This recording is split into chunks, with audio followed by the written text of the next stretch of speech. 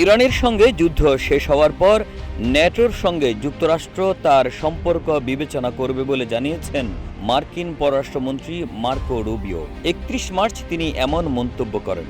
সংবাদ মাধ্যম ফক্স নিউজকে রুবিও বলেন, দুর্ভাগ্যজনকভাবে ন্যাটোর সঙ্গে আমাদের সম্পর্ক পুনর্বিবেচনা করতে হবে। এ ব্যাপারে চূড়ান্ত সিদ্ধান্ত নেবেন প্রেসিডেন্ট ডোনাল্ড ট্রাম্প। ইরানে যুক্তরাষ্ট্র ও ইসরায়েলের যৌথ হামলার পর মার্কিনিরা ন্যাটোভুক্ত দেশকে এই সংঘাতে যুক্ত করতে চেয়েছিল, কিন্তু ন্যাটো এতে অস্বীকৃতি জানিয়েছে। এতে করে সংস্থাটির ওপর ক্ষুব্ধ হয়েছেন ট্রাম্প। ১৯৪৯ সালে উত্তর আটলান্টিক নিরাপত্তা জোট বা ন্যাটো গঠিত হয়। বর্তমানে এই জোটের সদস্য ৩২টি দেশ। সামরিক এই জোটের মূল লক্ষ্য হল সদস্য দেশগুলোর রাজনৈতিক ও সামরিক নিরাপত্তা নিশ্চিত করা।